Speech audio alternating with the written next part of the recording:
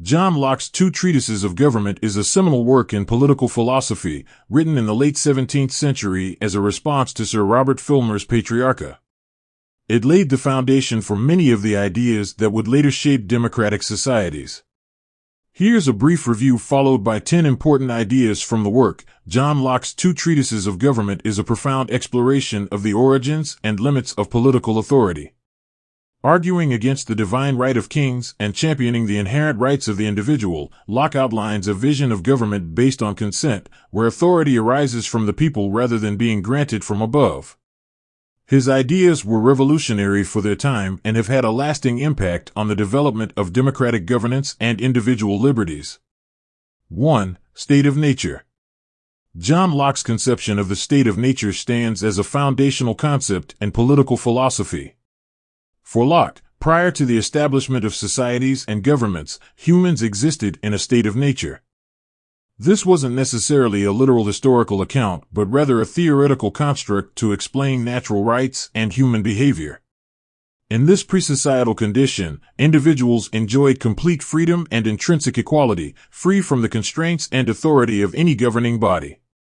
However, this freedom wasn't absolute anarchy. It was tempered by the law of nature, an inherent moral code that every rational individual innately understood. According to this law, no person had the right to harm another in their life, health, liberty, or possessions. Everyone was obliged to preserve themselves and others. This state of nature, although free, also had its vulnerabilities, which led individuals to form societies and governments for mutual protection and preservation. 2. Law of nature.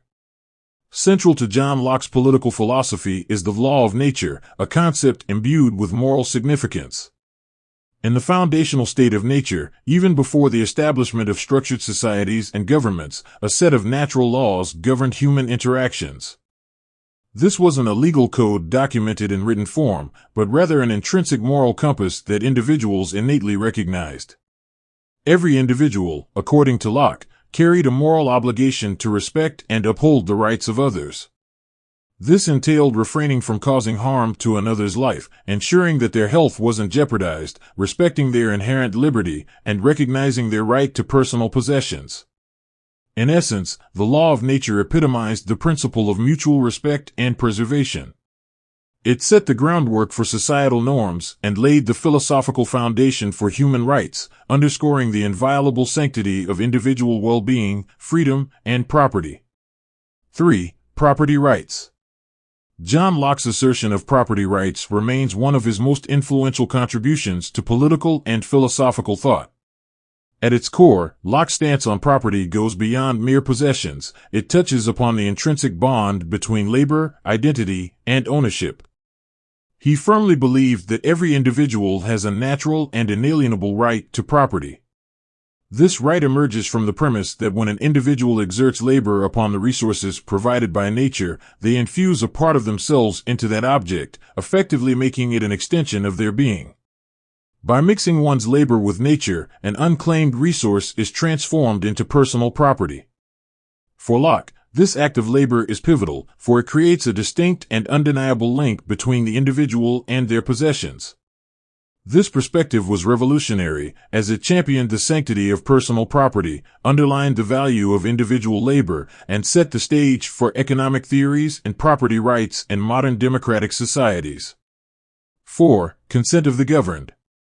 At the heart of John Locke's vision for a just society is the principle of consent of the governed.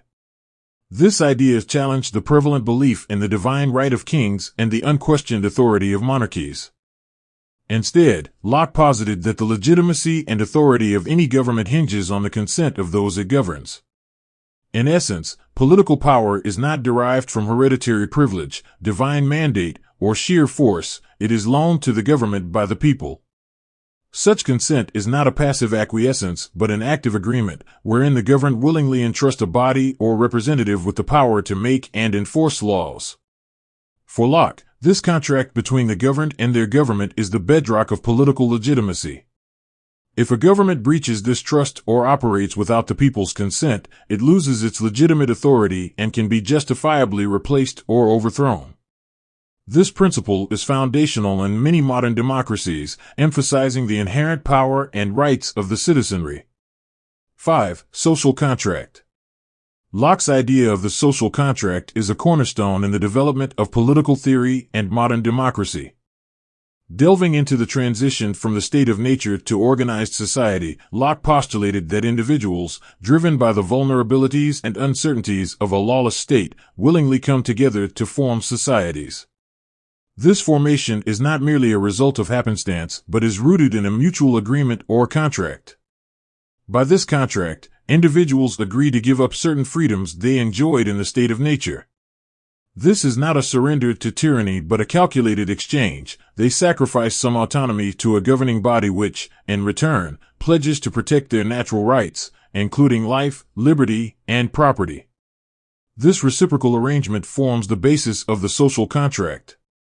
In essence, the government's role is as a guardian of these rights, and its power and legitimacy emanate from this very contract with the people. Should the government fail in its duties or breach this contract, the people reserve the right to alter or dissolve it. The concept has deeply influenced the formation and operation of democratic institutions worldwide, underscoring the balance between individual freedoms and collective security. 6. Right to revolution.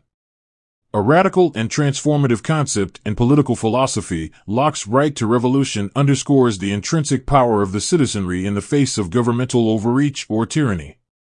For Locke, a government's legitimacy is derived from its role as the protector of the people's natural rights. However, if it becomes the very entity that violates or threatens these rights, the social contract, which binds the people to their government, is effectively broken. In such cases, the people are not only justified but also possess the moral duty to revolt against this oppressive regime. This revolutionary right emerges from the primary obligation of individuals to preserve their own lives, liberties, and properties. If a government negates its fundamental role or operates beyond its consensual authority, it relinquishes its legitimate claim to govern. Thus, the people, in exercising their right to revolution, can dismantle the existing oppressive structure and establish a new government that better serves their interests and upholds their rights. This principle has been a driving force behind numerous revolutions and movements, championing the ideals of democracy, liberty, and self-determination. 7. Limited government. Locke's advocacy for limited government is a seminal idea that has deeply influenced the structure of modern democracies. Contrary to authoritarian or absolute regimes, Locke envisaged a government whose powers are deliberately curtailed and defined. He believed that unchecked power, even in the hands of a supposedly benevolent ruler, posed inherent risks of tyranny and abuse. For Locke, the principal role of government is straightforward yet vital: to safeguard the natural rights of its citizens, including life, liberty, and property. This protective role does not necessitate an expansive or overreaching authority. Instead, by delineating clear boundaries of governmental power, the system ensures that the state remains a servant of the people rather than their master. Such limitations also act as a safeguard against potential governmental overreach, ensuring that the state does not infringe upon the very rights it's tasked to protect. Locke's vision of limited government is foundational to the checks and balances seen in many contemporary political systems, where power is not only limited but also divided to prevent its misuse. 8. Separation of powers. Locke's emphasis on the separation of powers stands as a pivotal moment in the evolution of governance structures. Recognizing the inherent risks of consolidating power, Locke proposed a division between the legislative and executive branches of government. The legislative body, responsible for crafting laws, must operate distinctly from the executive branch, which is charged with enforcing these laws. Such a division is designed to prevent the concentration of authority in a singular entity, thereby averting potential tyranny or abuse. By ensuring that the entities that create laws are separate from those that implement them, a system of checks and balances naturally emerges. This interplay between branches fosters accountability and curtails the risk of any one branch becoming overly dominant. While Locke's ideas were revolutionary in his time, their impact has been profound and lasting. The U.S. Constitution, among other democratic charters worldwide, deeply imbibed this principle, structuring its government in a manner that ensures power is distributed, checked, and balanced for the enduring protection of its citizenry's rights and liberties. 9. Rule of law. A linchpin in Locke's vision of a just society is the unwavering commitment to the rule of law. This principle is not merely a call for a society governed by laws, but emphasizes that these laws are supreme, applying universally to both the rulers and the ruled.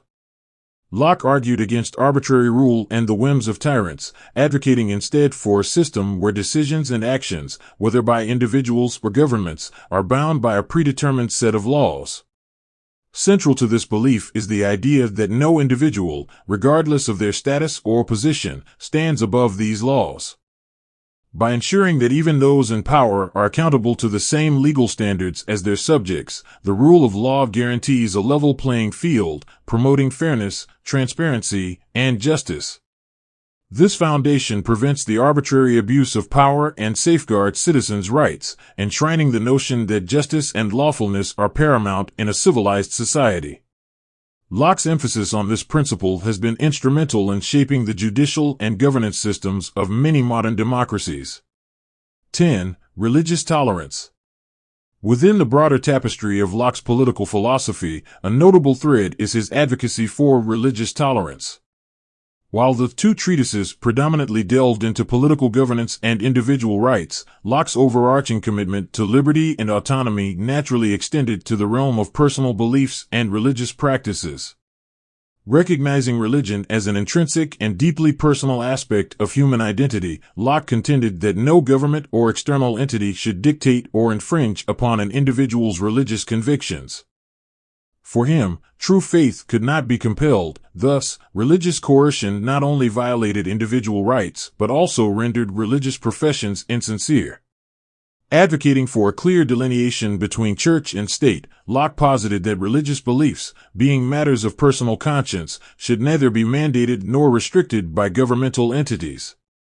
While he elaborated more deeply on this in works like A Letter Concerning Toleration, the essence of religious freedom and its inseparability from individual rights remains a cornerstone of his philosophy, influencing subsequent champions of religious liberty and shaping modern secular democracies. Locke's two treatises remain a pivotal reference in political philosophy, and its principles resonate in many democracies worldwide.